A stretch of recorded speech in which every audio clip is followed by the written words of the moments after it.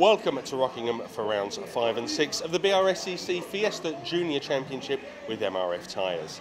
Isaac Smith leads the championship coming into this weekend's proceedings, but last time out at Cadwell Park, it was Marcus Kirklevi who dominated proceedings.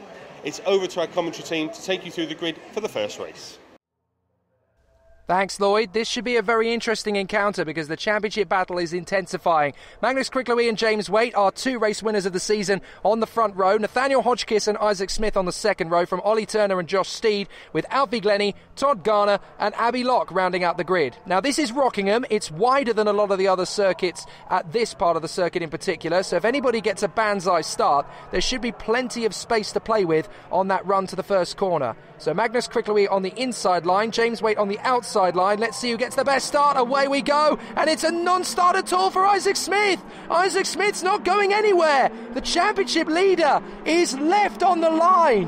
That is an absolute heartbreak, as Ollie Turner's got an absolute flyer up to third position. So Ollie Turner goes from fifth to third in a heartbeat. Wow, clearly this oval part of the circuit suiting Ollie Turner down to the ground, as he's got a spectacular launch. And what a great start to his race as he now goes door to door with Nathaniel Hodgkiss for third position. Round the outside, Josh Steed getting into the battle there with Alfie Glennie. Alfie Glennie having a good run on the first lap here. He switched teams for this round of the championship as he now goes up the inside of Steed. Two wheels in the air for Glennie. Goodness me. I was going to say he switched teams over to the Daniels Motorsport operation, and already he's looking a lot feistier. The back end steps out. What a good save there from Alfie Glennie, as up and over they go through the S's and up towards the left-hander. So this is a very good start to the race for Ollie Turner. The Jam Sport man is already rocking on good style here as they make their way up towards Gracelands. In through the left-hander they will go. What a sensational start to the weekend for Ollie Turner. Fifth on the grid is not where he wanted to be in qualifying, but up to third position already is very good. But James Waite, he's your leader. There he is, out in front of Magnus Kirklevi. And this is where the championship fight is really going to come from these two. A lot of people are predicting James Waite of the Jam Sport team is what I meant to get out before I garbled over my words. That's Abby Locke, still getting up to speed as a novice in the world of Fiesta Juniors. So she's obviously got to learn by doing. That's the hard route of motorsport, but most of the drivers we've had as rookies spent seasons towards the back in their first campaign, and by their second campaign they were winning races and scoring podiums. So Abby Locke's got to learn the hard way, learn by doing, but the progress she's making is great. We're on board with Josh Steed in the Mutation Motorsport car, the number 94. Goes on to the second lap of the race, and that is the battle in front of us between Ollie Turner and Nathaniel Hodgkiss. Josh Steed is trying to close in on that battle. Still got plenty of time, 10 laps to go. So this is going to be a really interesting battle. That, of course, is worked out, the laps we've got to go, by the time that we've got left. If the race leader is going to be absolutely fine and dandy in terms of his pace and time, we estimate it's going to be 11 laps. That could be subject to change, but we've calculated that on average it should take about 11 laps to do a race like this in Fiesta Juniors on such a long circuit as the Rockingham circuit, where they go through the Dean S's and up towards the left hand once again. And James Waite is definitely being caught here by Magnus Kirklevi. James Waite in the Jam Sport car, Magnus Kirklevi in the Race Consultants car. The young man from Denmark in second position, won both of the races last time out at Cadwell Park, after James Waite, who was leading, ended up rolling the car. He's basically been on fight back mode ever since then, and this is a great way to get his weekend started, with a victory on the road looking very likely at the moment as he continues to charge. He doesn't want to push too hard, as through Tarzan he very nearly lost the car altogether, and that's an invitation for Magnus Kirklevi to start pushing. Meanwhile, it's still Ollie Turner in third position. Fourth place is still Nathaniel Hodgkiss. Fifth position, that is Josh Steed trying to close up the time. Then it's Glennie, Garner and Locke, with Isaac Smith, a very disgruntled spectator, on the sidelines. He will be absolutely devastated he's not in this race. His consistency as a rookie driver over the first two weekends has put him in the championship lead coming into this weekend, and now he's not even going to score any points from the first race of the weekend. That is devastatingly cruel and hard luck for Isaac Smith, but at least he now knows which of his races in the season he's going to be dropping. He'll definitely be dropping this score. Up the inside, Hodgkiss is going to come from a long way back on Ollie Turner, and they've come together. And that is unfortunately Nathaniel Hodgkiss coming in a little bit too hot. He's got damage, he's broken the suspension. So he's broken the right front of the car, and I'm not at all surprised. He came in very hot on Ollie Turner there, and I guess that was just a little bit more of an exuberant move. I don't think that was an intentional overtake, you know. I think he may have just missed his braking point, or maybe the brakes even failed. And it has been known here at Rockingham several times. What that's done is it's now put Ollie Turner in a fairly dangerous position. The car is wobbling all over the place as he tries to get it settled again. He might have some damage of his own, of course, after a big hit like that from Hotchkiss. But you see, I don't think that was intentional in the slightest. I don't think Hotchkiss was trying an overtaking move there on Ollie Turner. This man, Alfie Glennie, holds the position in front of his teammate Todd Garner. Runs wide. Careful, Alfie! Goodness me, you can see what happens to the car when you got on the brakes. And the car is basically bucking and boring like a Bronco. So Alfie Glennie getting away with that one, but he suddenly realised, brake! And kind of hit the panic button a little bit there, but well saved from Alfie Glennie. That was a heart-stopping moment, no doubt, for the team. But fortunately, it's his own teammate behind him, Todd Garner. The two drivers for the Daniels Motorsport team.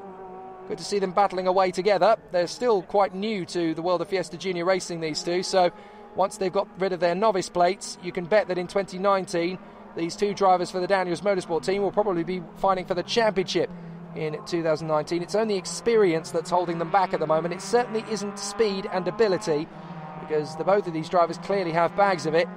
I know many another less mature driver been it at that point at Dean Hairpin when Alfie Glennie managed to get the car stopped. And clearly that's what two different teams have spotted in him over the course of the season. So Alfie Glennie running well there in the Daniels car in front of his teammate Todd Garner.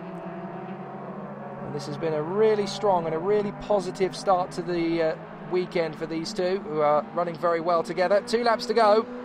Magnus Kricklewey still has not given up the place to James Waite, and I am being told that they are considering a penalty for Magnus Kricklewey at the end of the race if he does not give back the position to James Waite. So it looks as though if they do decide to make that decision, James Waite is basically going to be granted the victory by virtue of the fact that the stewards would feel that Kricklewey has nudged James Waite off the circuit and gained the position in the attempt of the move.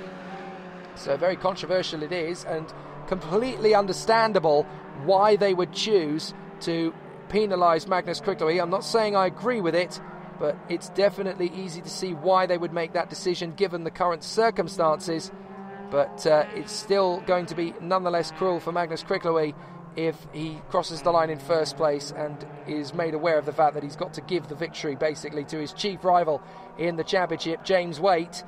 But you can bet that the battle between these two is going to get very, very close over the course of the year. And if Magnus Kricklewey does lose this first race victory, then of course he does have the second race to try and take it back off him. But James Waite has definitely been very close to him all the way through this meeting. There's not been that massive disparity between the leading two cars as we've seen in the first 2 weekends. So it's good to see that the pace is really coming to the drivers here as they continue to battle through.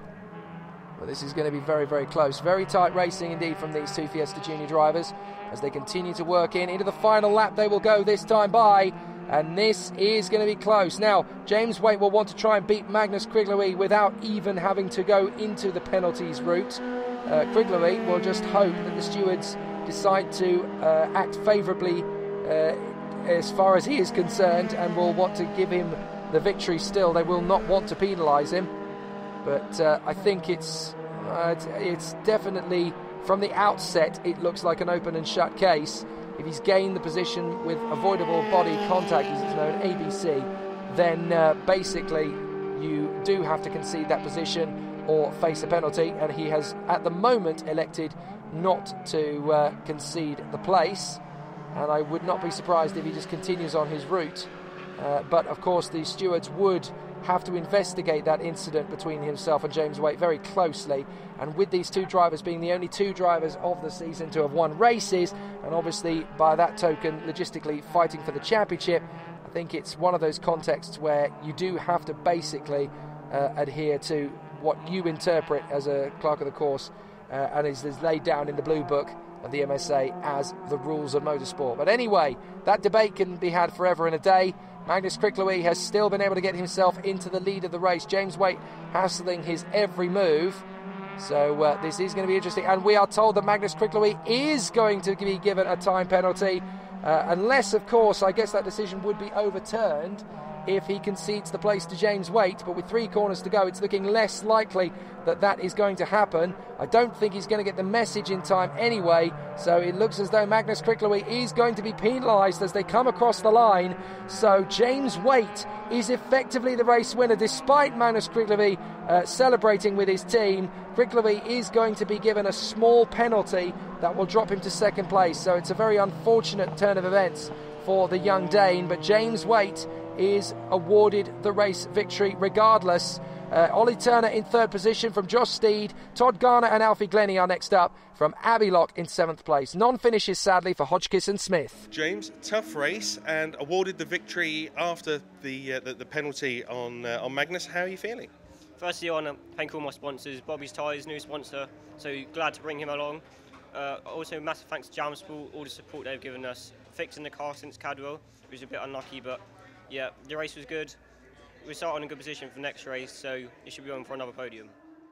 Magnus, that was a tough race. Congratulations on your podium, but I'm guessing you're not feeling too happy about the overall decision. And of course I'm not happy, but it was a well-prepared car by race car consultants and my parents to get me here. Everything was okay, but it was unfortunate. Ollie, a fantastic start from 5th up to 3rd in the first lap. Yeah, it was a brilliant race, really happy with it. Really pleased with my start, because usually we struggle away with our starts, but this time we really cracked it and done a good job.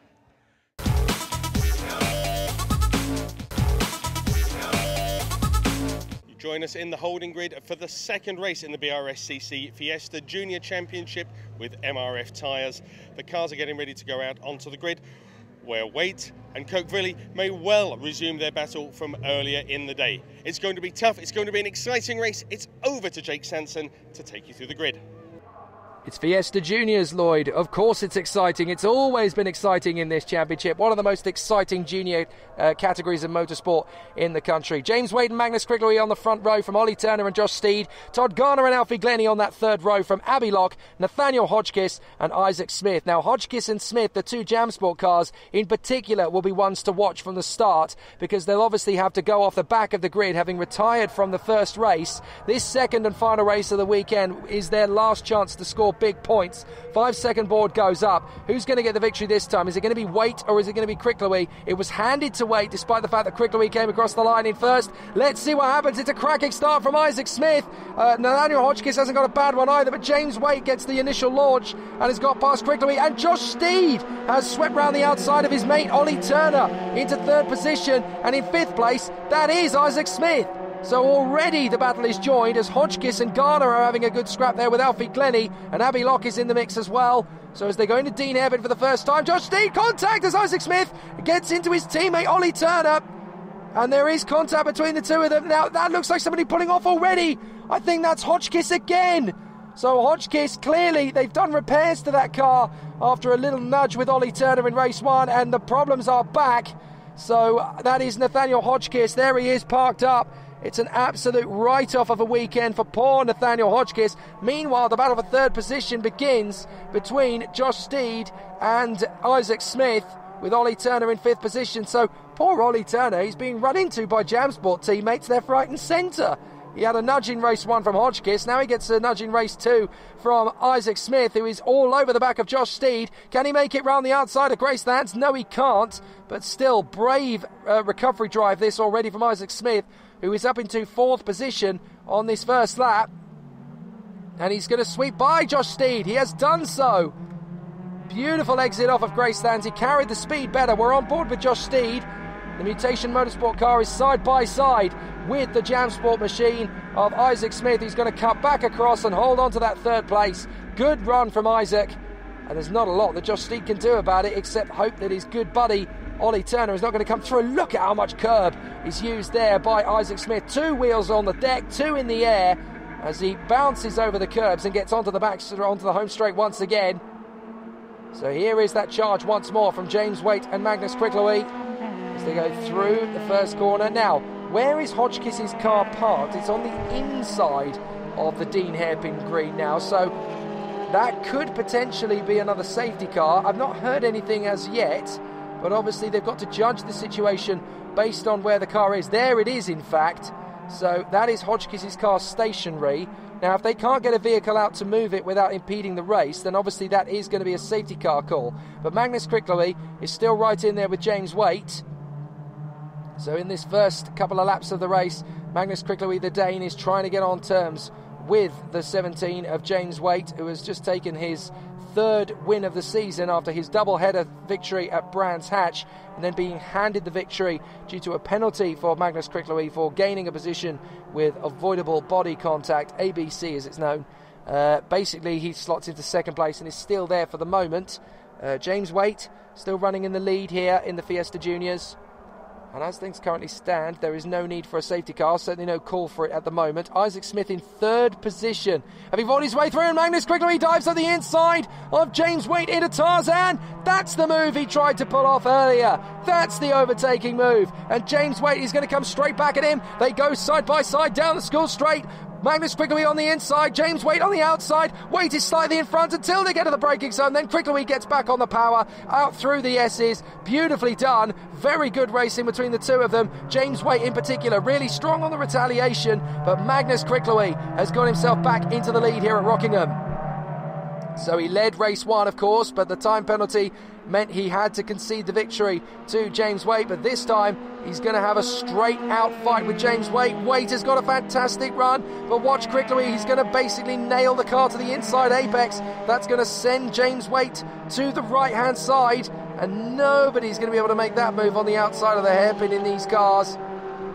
Good effort from James Waite, and again, still hustling Magnus Krickleby in the hope that he gets him to make a mistake.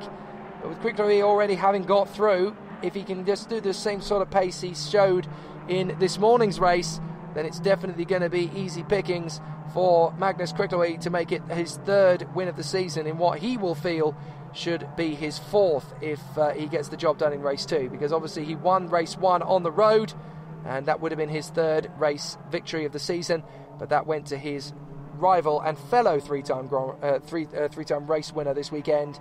I'm getting ahead of myself. Grand Prix one day, no doubt between these guys. James Waite, I mentioned, in second place as he charges in behind Magnus Krickleby. So these two will continue their battle. But this time, if Krickleby gets the victory, I think it's fair to say that this one will be fair and square. But what it will mean as well is that they're all square for victories again, these two. And they'll have 2 wins apiece in what has been a very interesting first 3 weekends of the championship. Now there's Isaac Smith in third position. Josh Steed and Ollie Turner still there together in 4th and 5th. So some good points on the board. I suppose is probably going to be the saving grace line from those drivers in behind. In particular, I think, for the man in 4th place, Josh Steed, who on paper had just as good an opportunity to get on the podium of race one as Ollie Turner. He had a great little battle, and Ollie came out on top that day. Here comes that battle further back. This is an interesting one for the drivers as they come through. This is Josh Steed and Ollie Turner, 4th and 5th position, in behind Isaac Smith. But Ollie Turner knows Josh Steed's tricks, and Josh Steed knows all Ollie Turner's tricks. He moves across to the inside line. Josh Steed is going to move to cover. He's going to slide up the inside, though, still, Ollie Turner. And that's a good move. So Ollie Turner got into Josh Steed's head there. And Josh Steed overshooting by a couple of metres at the braking zone, but that's enough, and it gets the car locked up. Way to go in the Fiesta Junior Championship, of course, and these drivers will know that they can't afford to take any of those opportunities to win races for granted. So there's Ollie Turner and Josh Steed getting at the back end out sideways, and that might have been his best chance to close up and pass Ollie Turner for 4th position on this first lap when everything is still getting back up to temperature again. But unfortunately, that's not something he can control. Now, speaking of control, Magnus Krickleby now has to stop these two guys coming through. They are teammates, James Waite and Isaac Smith. And obviously, both of those drivers are in the hunt for the championship as well. So it's not even like James Waite can turn to his buddy in the same morning, Isaac Smith, and say, well, do you know what, mate? We need to work together on this. Let's try and get some pace. They do to a certain degree, but when these two are the guys battling for position, you really think they're going to share that much data? I'm not entirely sure they would. So James Waite is still there in 2nd place. hanging on to the job in third position is Isaac Smith, in front of Ollie Turner, Josh Steed, Todd Garner and Abbey Locke. So Magnus Krickleby is about to start his final lap. Isaac Smith is all over his teammate. Now, the question will be, is Isaac Smith going to be able to get through? Because, of course, his consistency from the first 2 rounds did mean he was leading the championship coming into Rockingham, but whether he can finish it that way is a completely different matter. Last lap, and look at the gap that Magnus Krickleby has been able to pull out on his close rival in this race and in this championship as well. An absolutely amazing run here in front of James Waite. But it is a good performance indeed from Magnus Krickleby. He's got a little bit of time, he just needs to keep it all together right at the very end. But this is all absolutely brilliant for our race leader, who has not really broken a sweat since he made that move on the inside of James Waite, and has now gone up into the lead, and has basically, despite a couple of incidents around the circuit, despite a safety car, Magnus Krickleby has not really eased up in terms of pace at all. He's still very hungry for a victory. He's still quite aggressive in every apex. He really likes to attack the circuit he's driving, and it certainly seems to be the fastest way. Race car consultants and their man David Elsley, of course, have been keeping close tabs on this guy, and he definitely seems to have a bright future, not just in British motorsport, but in world motorsport in general. He just needs to keep plugging away. Drivers at this level, they're aged only between 14 and 17, don't forget the Fiesta Junior drivers, so every decision you make has the potential to make or break a career, depending on what you do with it. There is Isaac Smith, charging after James Waite, but I think he's going to run out of time, unfortunately. That victory is going to go to the Dane, Magnus Krickleby, who moved over here at the tail end of last year. And now Magnus is looking for a championship in 2018. It could be possible, and he's staying very tight-lipped about it. But out of the final turn, this time Magnus Krickleby is going to win on the road and keep it. And that means it is 3 apiece in the Fiesta Junior Championship. 3 wins for Waite, and now as he comes across the line, 3 wins too for the Danish racer at the top of the standings, Magnus Krickleby. It's going to be a very interesting battle between these two. So Krickleby takes the win and keeps it this time on the road. James Waite in second from Isaac Smith, Ollie Turner, Josh Steed and Todd Garner, with Abbey Locke finishing up 7th ahead of Glennie and Hodgkiss, our retirements. Magnus, congratulations on your victory. And there was no doubt this time, was there? No, it was much cleaner and much better to get it this way, so it felt really, really good. The car was well prepared by race car consultants. James, a tough race for you, but congratulations on your 2nd place. Yeah, first of all, I'd like to thank my sponsors again. Bobby's Tyres, Jamsport, both done a fantastic job of getting me here this weekend, so can't thank them enough. With the race, it's not quite where we wanted to be, but considering how our car was after Cadwell, I can't really be complaining. Isaac, congratulations on 3rd place. It helps you in the championship, and I'm sure is something that you're pleased with, particularly after this morning's performance. Yeah, this morning drive shaft stopped on the start, so couldn't do anything in there. Yesterday, the gearbox mount snapped and missed a full practice session. Abby, congratulations on winning Driver of the Meeting. You must be really thrilled. I can see by the look on your face that you're really thrilled with this. It's so surreal. I just wanted to thank team, Hang On 11 sponsors, everything. It's been amazing today.